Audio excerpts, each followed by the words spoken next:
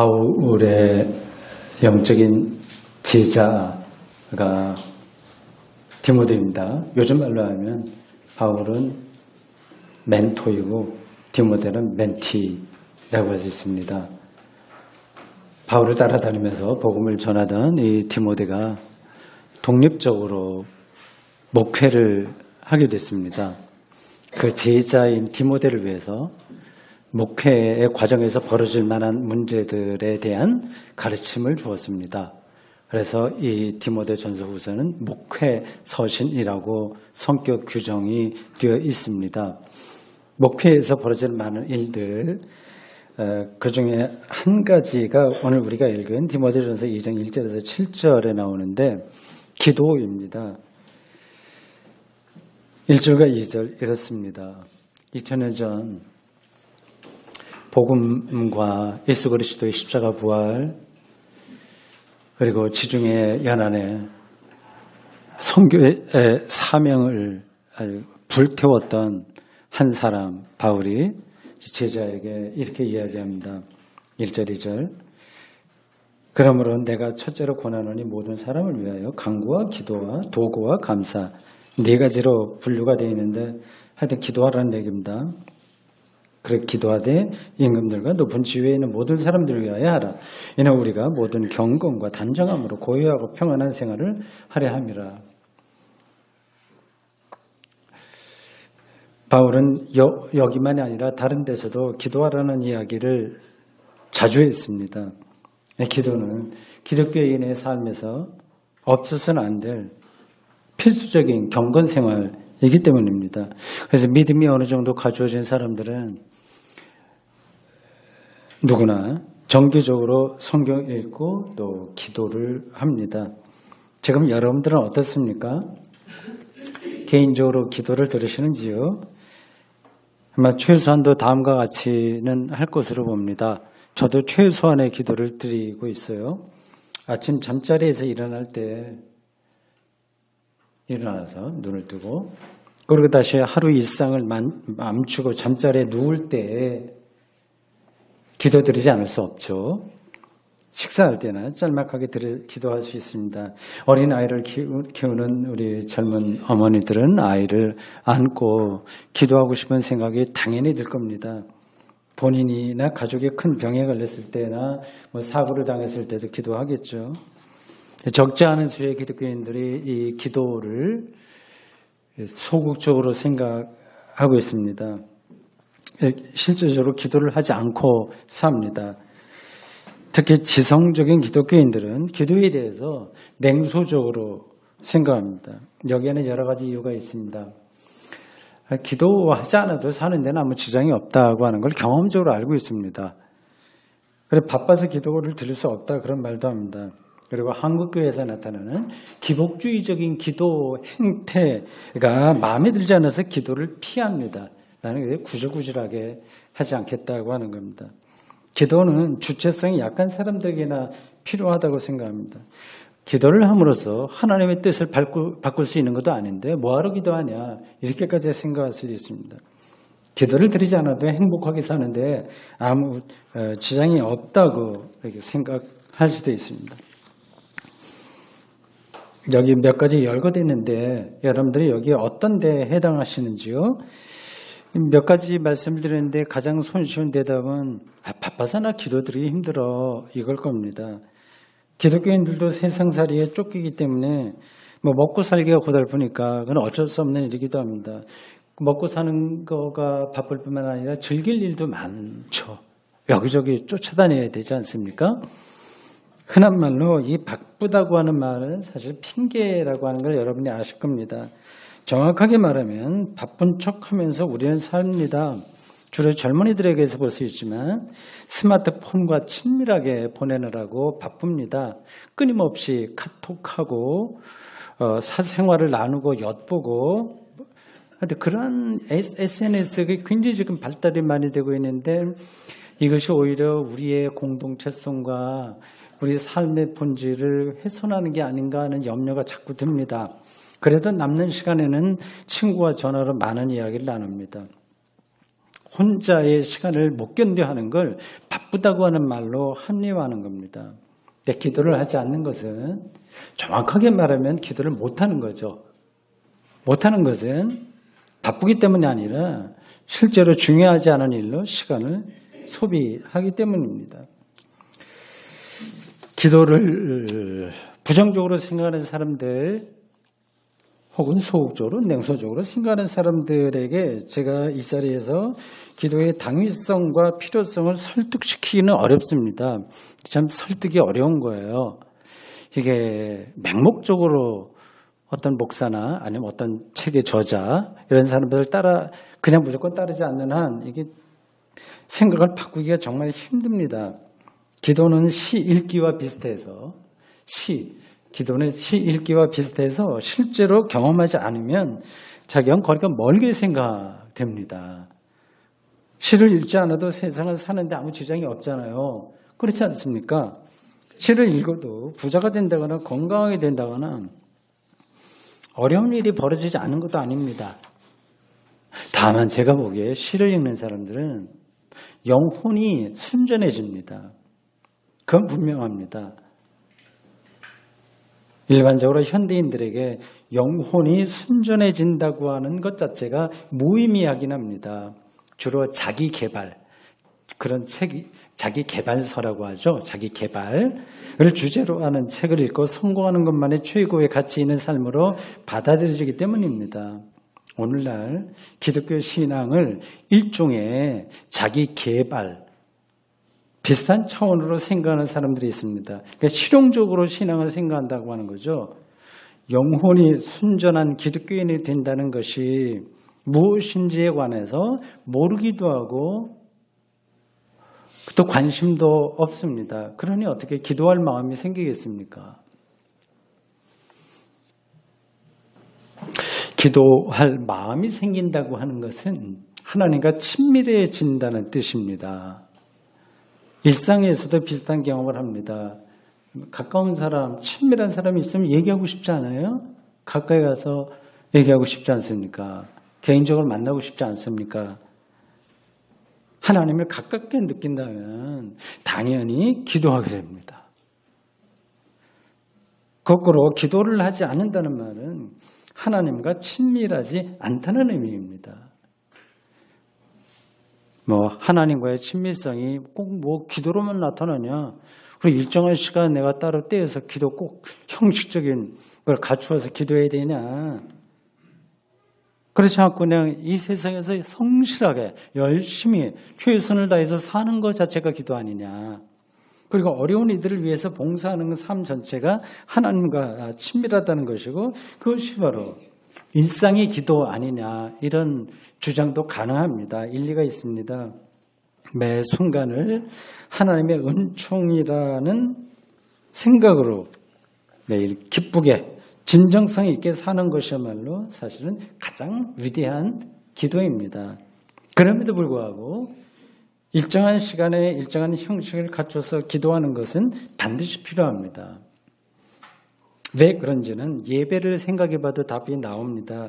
예배에 정기적으로 참석하지 않으면 삶 자체가 일상의 예배라는 이 사실을, 이 엄중한 사실을 결국은 놓치게 됩니다. 십계명에 안식일을 거룩하게 지키라는 항목이 들어간 이유가 여기에 있습니다. 오늘 여기에 모이신 분들은 저의 지금까지의 설명에 일단 동의하실 겁니다. 그렇지만 실제로 기도의 삶이 쉽지 않다고 하는 것도 분명한 사실입니다. 현대 옷으로 점점 더 그렇습니다. 어떤 분들은 왕년에 기도꾼이라는 말을 들었는데 지금은 기도와 좀 거리가 멀게 삽니다. 그걸 떳떳하게 생각하기도 하고 간혹 불안하게도 생각할 겁니다. 이건 안타까운 일입니다. 저는 지금 한국 교회에서 행해지는 기도 이벤트처럼 행해지는 기도를 무조건 따라가자고 하는 게 아닙니다. 심야 기도회에 참석해야 된다거나 하루에 최소한 1시간 정도는 따로 기도해야지라거나 금식 기도와 40일 작정 기도, 릴레이 기도회 등등 이런 것들을 열어야 된다는 말씀이 아닙니다. 한국 교회에서는 여전히 방언기도 집회도 있더라고요. 상당히 퇴행적인 건데 어쨌든 그렇게 이벤트의 극대화가 그런 식으로 나타납니다. 이러한 이벤트성 기도에는 심리적인 차원에서는 도움이 됩니다. 같이 모여서 어떤 걸 발산하고 또 같은 동질감 느끼고 심리적인 차원에서는 도움이 되겠지만 오히려 기도의 본질을 훼손합니다. 기도의 본질은 하나님과 대화하고 싶다. 그분에게 가까이 가고 싶다는 거룩한 갈망입니다. 여러분은 어떻습니까? 그런 갈망이 실제로 여러분의 영혼 속에서 불타고 있습니까? 저는 요즘 기도에 관한 2권의 책을 읽고 있습니다. 제가 이 강단에 가져 올라오려고 집에서 가져와서 책상 위에 올려놨는데 안 가져왔네요. 안 가져 올라왔습니다. 깜빡했습니다. 꼭 보여드려야 되는데 2권의 책입니다. 한 권은 팀 켈러의 기도이고 다른 한 권은 스테니 그랜츠의 기도입니다. 두 사람 다 뛰어난 이름이 잘 알려졌고 사실 그 영성가이고 목회자이고 학자들입니다. 두 사람 다요. 수년 전에 졸저 주기도란 무엇인가와 매일 기도하라를 쓸 때도 기도에 관한 여러 가지 책을 읽었는데 이번에 다시 읽고 있는 이 2권의 책에서도 많은 걸 배웠습니다. 기도 방법론을 배운 게 아니라 기도의 본질을 배웠습니다. 이런 책을 읽으면서 목사로서 나도 기도를 좀 더 풍성하게 누려야 되겠다. 기도의 삶을. 그런 생각을 했습니다. 스탠리 그랜츠는 이 사람 이름은 여러분들 기억해 두면 좋습니다. 이것만이 아니라 많은 책을 썼습니다. 이 권위 있는 학자이고 영성가이고 저술가입니다. 스탠리 그랜츠는 그리고 이분이 제가 조금 더 친밀하게 느끼는 거는 이분이 제가 박사학위 논문을 쓴 볼파르트 판넨베르크 밑에서 박사학위를 딴 사람이에요. 스탠리 그랜츠는 기도의 두 방향이 있다고 말합니다. 하나는 사람이 하나님께 말씀드리는 것이고 다른 하나는 하나님이 사람에게 말씀하는 것입니다. 신약 성경에서 그 사람이 하나님께 말씀하는 것이 4요소가 있다 이렇게 정리를 했는데 그게 다 귀에 들어왔습니다. 그것을 재미있게도 영어 이니셜로 액츠 이렇게 표현했습니다. A, C, T, S 보통 이제 사도행전을 가리킬 때 액츠라고 하거든요. 액츠 오브 어포슬스 사도의 행위, 행동 이런 것들인데 그걸 줄여서 액츠 이렇게 얘기합니다. 사도행전을 가리킵니다. 여기서 A는 adoration, 찬양을 가리키고 그 다음에 C, 이건 confession, 고백 혹은 자백을 가리키고 세 번째 T, 이건 thanksgiving, 감사를 그럼 마지막으로 S는 supplication, 탄원을 가리킵니다. 제가 잘 알지도 못하는 영어 이렇게 발음하느라고 어려웠습니다. 여기 영어를 전공하신 분들이 몇몇 분 계신데 그분들이 있어서 더 이게 더듬은 것 같습니다.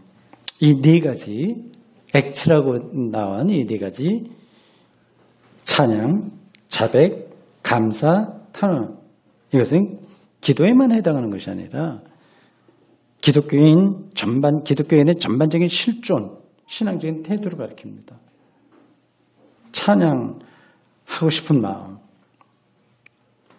그리고 자백, 그리고 감사, 탄원입니다. 예배에도 해당합니다. 이런 태도를 갖추지 않으면 기도는 불가능하고 예배도 불가능합니다. 기도를 드리고 예배를 드리는 기독교인에게는 찬양, 자백, 감사, 탄원이라는 영적인 태도가 풍성해집니다. 저는 그래서 목사라는 사실보다 이 4가지 하나님께 드리는 기도의 요소들, 이거를 좀 아는 사람이 되고 싶습니다. 여기서 세 번째 항목인 감사의 기도를 보겠습니다. 오늘 성경 본문에는 네 번째 항목으로 나옵니다. 그레이트는 이 감사의 기도를 가리켜서 하나님이 하신 일과 하시는 일에 대한 감사를 하나님께 표현하는 행동이라고 설명했습니다.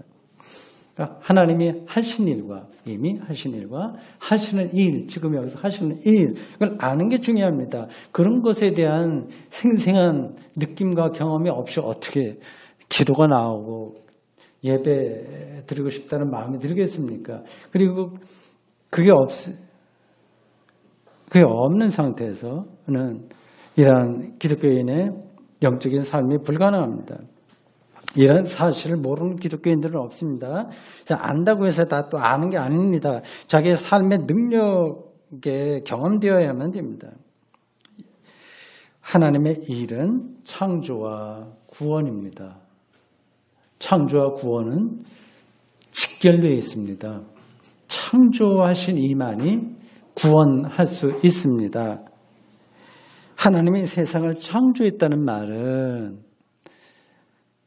하나님이 우리의 주인이라고 하는 뜻입니다. 그리고 그분은 선하신 분이십니다. 그분이 우리를 통치하고 계시기에 우리에게서 일어나는 일들은 어떻습니까? 총체적으로 선합니다. 그걸 신뢰할 수 있어야 됩니다. 그냥 억지로 신뢰하라고 하는 것이 아니라 여러분들의 시각이 바뀌면 그게 눈에 들어올 겁니다. 저는 죽음까지도 선하다고 믿습니다. 블랙홀도 빛이라고 근본적으로 생각합니다. 생명을 주는 거라고 생각합니다. 그런 창조의 하나님을 우리가 찬양하지 않을 수 없으며 그분이 하신 일과 하시는 일을 감사, 기도하지 않을 수 없습니다. 오늘은 추수감사절입니다. 이게 영어로 Thanksgiving Day라고 표현하거든요. 감사. 아까 세 번째로 나온 액트에서 세 번째 Thanksgiving. 거기에 Day를 붙여서 추수감사절이라고 합니다. 나라마다 날짜가 조금씩 달라요. 미국은 넷째 주가 목요일을 추수감사절로 하고요. 그러니까 다음 주 목요일입니다. 뭐 칠면조 잡고 뭐 그런 거 하죠. 영국은 8월 1일 라마스의 날을 지키고 캐나다는 10월 둘째 월요일 그리고 독일 교회는 성 미카엘의 날이라고 해서 9월 29일 다음 주일을 감사절로 지킵니다. 우리는 미국 교회 전통에 따라서 뭐 청기도와 메이플라워 찾아간 그래서 첫 번째 국식을 추수하고 예배 드렸고 그리고 좀 지난 다음에 어느 대통령이 뭐 추수감사절을 지켰다고 하는 그런 전통을 따르고 있습니다. 어느 민족이나 추수를 끝내고 특별한 의식을 지키는 전통이 있습니다. 우리 한민족에게는 추석이 바로 그날입니다. 유대인들의 절기도 대개는 농사와 연관됩니다. 6월절은 씨를 뿌리는 절기이고요. 그 다음 50일 후에 오는 오순절은 여름 곡식을 거둬들이는 때고, 뭐 우리나라에서는 맥주감사 뭐 그렇게 합니다. 그리고 초막절은 가을 작물을 거둬들이는 절기입니다. 고대인들은 농사가 자신들의 운명을 결정한다고 생각했습니다. 풍년이 들면 한 해 그렇게 크게 걱정하지 않고 살아갈 수 있으나 흉년이면 온갖 고생을 다 겪어야 됩니다. 아주 절실했습니다. 우린 절실하지 않죠. 어느 쪽이 더 영적인 삶을 사는 것일까요? 오늘 대한민국 사람들, 여기서 살아가는 사람들은 이런 말들을 별로 진지하게 생각하지 않습니다. 모든 먹을거리를 마트에서 구입할 수 있으니까 아무 걱정하지 않습니다. 머리로는 농사 뭐 해야 되겠지만 생각하지만 몸으로는 그걸 느끼지 못합니다. 뭐 젊은 사람들이 뭐 중고등학교 학생들이 흔히 하는 말이겠는지 모르겠는데 뭐 밥 없으면 라면 먹고 라면 없으면 뭐 치킨 뭐 사 먹으면 된다. 그러한 구조가 우리의 삶을 지배하고 있습니다. 모든 것이 다 돈이면 해결됩니다. 흉년이 드는 건 받아들일 수 있지만 그거는 받아들일 수 있어요. 연봉이 줄어드는 건 참지 못합니다. 자동차와 컴퓨터가 중요한 게 아니라 쌀이 중요하다고 아무리 강조해도 귀에 들어오지 않습니다. 흉년이 들면 쌀을 수입하면 뭐 된다고 하는 사실을 뭐 말을 하지 않아도 다 경험적으로 알기 때문입니다. 김장철에 배추와 무와 고추가 부족하면 중국이나 호주 등에서 수입하면 됩니다. 농사는 점점 더 천덕꾸러기로 전락합니다. 농사꾼들의 나이가 대부분 지금 여러분이 알다시피 70세가 넘었습니다. FTA 이후로 정부는 자국 농민들을 직접 지원할 수 없게 되었습니다. 작은 땅덩이인 이 한반도에서 농사를 짓는 우리가 중국, 호주, 미국, 캐나다, 그리고 유럽에서도 농사는 넓은 땅에서 짓는데 그들과 경쟁할 수가 없습니다. 무한한 상상력을 발휘해서 앞으로 과학이 첨단으로 발전하면 밥 먹고 뭐 이렇게 뭐 농사 짓고 하는 거 하지 말고 이렇게 소화제 하나 먹듯이 한 알만으로 일주일이나 혹은 하루를 버텨낼 수 있게 될 날이 올지 모릅니다. 그럼 농사를 안 져도 되는 거죠. 아침에 일어나서 한 알 먹고 그럼 영양이 충분하게 돌아가는 때입니다. 그렇게 되면 인체에도 큰 생체죠. 인체 큰 변화를 겪게 될 겁니다. 뭐 음식에 들어가지 않으니까 위와 장이 이제 거의 축소되겠죠. 맹장처럼 되거나 아주 거의 줄어들 겁니다. 음식을 씹을 필요가 없으니 이도 필요 없고요. 혀도 필요가 없게 됩니다. 그냥 무한한 상상력을 발휘해서 생각해 본 것뿐입니다. 이런 때가 오기 힘들겠지만 설령 온다고 하더라도 아주 먼 후일에 일어날 일이니까 지금은 일단 접어둬도 됩니다. 추수감사절은 단순히 곡식을 거둬들이는 것에 대한 감사의식만이 아니라 더 궁극적으로는 생존에 대한 감사와 기쁨과 환희입니다. 인간의 생존하려면 우선 곡식이 필요하지만 그 외에도 필요한 것이 한두 가지가 아닙니다. 공기와 물이 필요하고 바람이 불어야 되고 안개도 껴야 되고요. 태양과 달이 없으면 안 되고 박테리아 같은 미생물도 다 자기 역할을 합니다. 그리고 시간과 공간이 결합되어 있는 이 우주, 이 체제, 이것도 무너지지 말아야 됩니다. 이런 것들은 우리가 공장에서 생산할 수 있는 게 아니라 우리 생존에 가장 필요한 것들은 우리가 공장에서 생산해낼 수 있는 게 아니라 주어집니다. 누구로부터 주어진 것일까요? 세상의 자연주의자들, 뭉뚱그려서 자연주의자들, 과학자와 시인과 자연을 칭송하고 자연의 원리에서 사는 사람들, 그 자연주의자들은 자연으로부터 주어졌다고 생각을 합니다. 우리 하나님을 믿는 사람들은 하나님으로부터 주어졌다고 믿습니다. 어느 쪽이 옳을까요? 저는 자연주의자들의 생각에 전적으로 동의하면서 동시에 그런 생각 너머를 희망하고 삽니다. 여러분들도 마찬가지일 거라고 봅니다. 지난 목요일에 처음으로 햅쌀로 밥을 지어서 먹었습니다.